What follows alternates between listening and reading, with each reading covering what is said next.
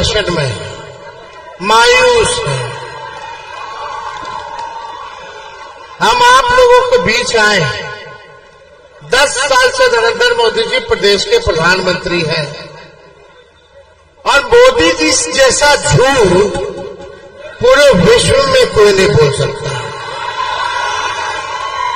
पूरे दुनिया का अगर सबसे झूठा प्रधानमंत्री है तो उसका नाम नरेंद्र मोदी है। अब हम नहीं कह रहे भैया, हम नहीं कह रहे, हम उन्हीं के मुंह से आपको सुनवाते हैं कि 14 में क्या बोले और 19 में क्या बोले। हो जाएगा कैसे बचेगा?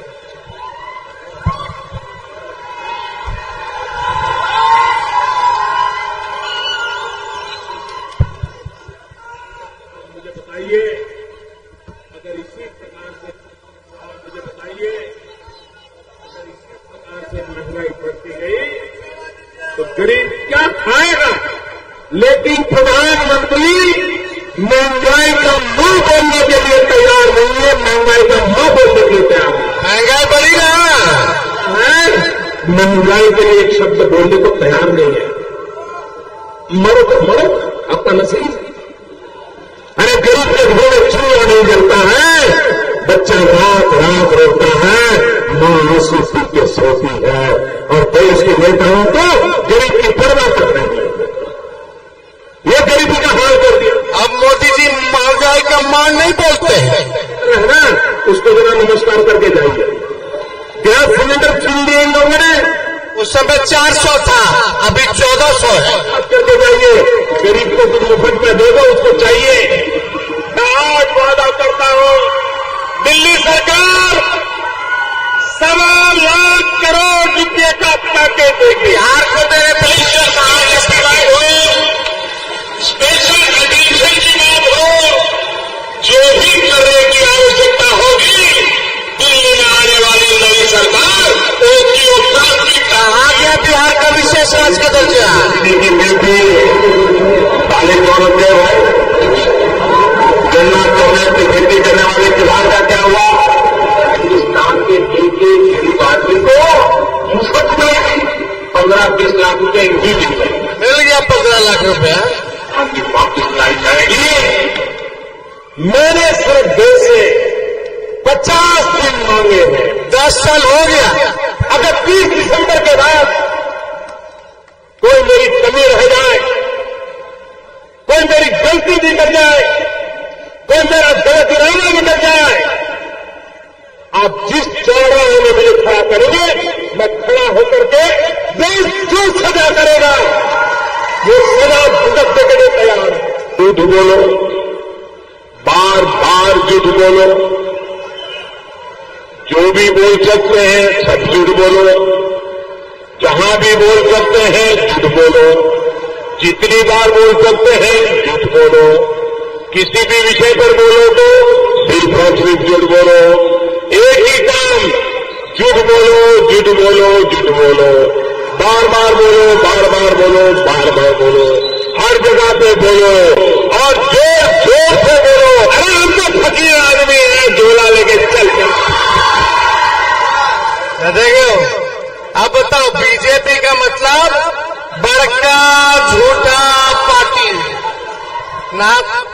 भाई बहनों, मोदी आएगा तो अच्छे दिन लाएगा, मोदी आएगा तो महंगाई गरीबी खत्म कर देगा, मोदी आएगा तो किसानों का आय दुगुना कर देगा, मोदी आएगा तो 2 करोड़ नौजवानों को सरकारी नौकरी हर साल देगा। अब हम आप नटवरगंज की जनता 10 साल में नरेंद्र मोदी जी ने नटवरगंज के लिए क्या किया बताओ? बेरोजगारी ऐसा मुद्दा है कि नहीं है? महंगाई ऐसा मुद्दा है कि नहीं है? गरीबी ऐसा मुद्दा है कि नहीं है? पलायन ऐसा मुद्दा है कि नहीं है? बिहार में कारखाने लगे, ये मुद्दा है कि नहीं है?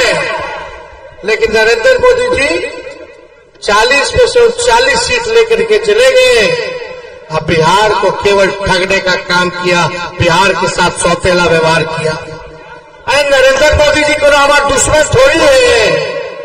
हम विपक्ष में, मेरा काम है सवाल पूछना, और जितना मेरा फर्ज बनता है उतना हर एक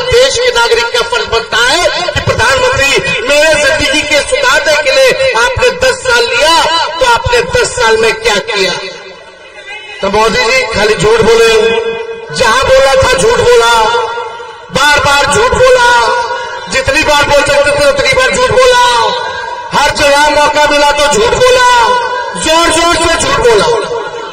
यही है ना मोदी जी। देखो हम लोगों ने 17 महीने में तेजस्वी ने कहा था 20 के चुनाव में कि 10 लाख सरकारी नौकरी देगा। जब हम उप मुख्यमंत्री बने 17 महीने रहे तो 5 लाख लोगों को सरकारी नौकरी हमने दिया,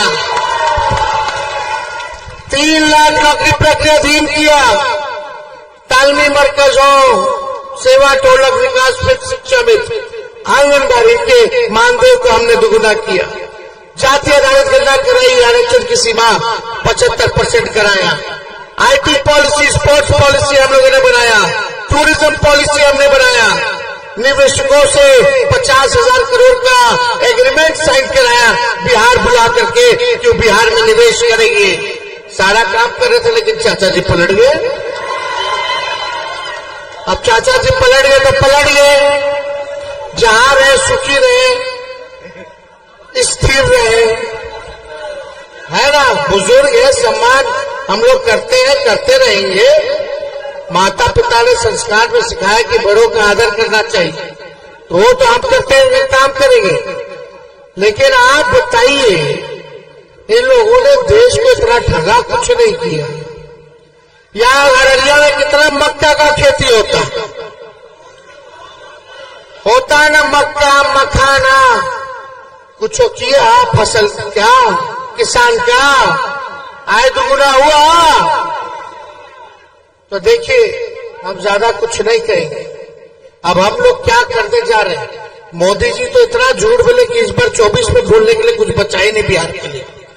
तो अभी कहा कि क्या कहते हैं, मंगलसूत्र ले लेगा तुम्हारा।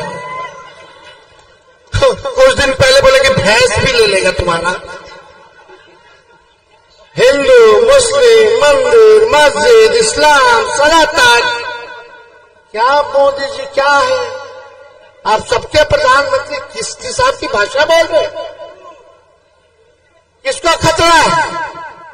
प्रधानमंत्री सनातन धर्म का है, राष्ट्रपति सनातन धर्म की है, उपराष्ट्रपति सनातन धर्म का है, देश के दल मुख्यमंत्री गवर्नर सनातन धर्म के हैं, सेना के सभी सेनाध्यक्ष तीनों सनातन धर्म के हैं।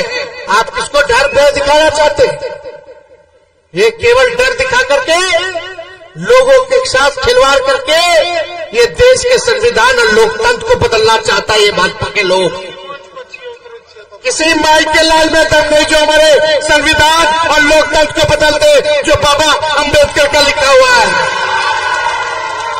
हम लोग लड़ाई लड़ेंगे और जीतेंगे, लेकिन जब इंडिया की सरकार बनेगी तो 1 करोड़ लोगों को देश भर में सरकारी नौकरी हम लोग देने जा रहे हैं। कितना? अरे 17 महीने में एक प्रदेश के उप मुख्यमंत्री होकर के हमने 5 लाख नौकरी दी और 3 लाख प्रक्रियाधीन कराया और 4.5 लाख नियोजित शिक्षकों को राजकीय कर्मी का दर्जा दिया। गिन लो, 12.5 लाख लोगों का जीवन सुधरा। 5 से गुणा कर लो तो कितना लोगों का जीवन सुधारे हम केवल 17 महीने में। नरेंद्र मोदी जी से पूछो, प्रधानमंत्री के 10 साल में नौकरी ली है कि छीन है। उन्होंने तो नौकरी छीनी। खैर कोई बात नहीं। और हर रक्षाबंधन पर जो गरीब परिवार की बहन है उनको 1 लाख रुपया का सहयोग हर साल हम लोग करेंगे। मोदी जी गैस सिलेंडर के बारे में बोल रहे थे, हम लोग आएंगे तो 500 रुपया गैस सिलेंडर हम लोग करने जा रहे हैं और 200 यूनिट फ्री में बिजली आप लोगों को हम लोग देने जा रहे हैं।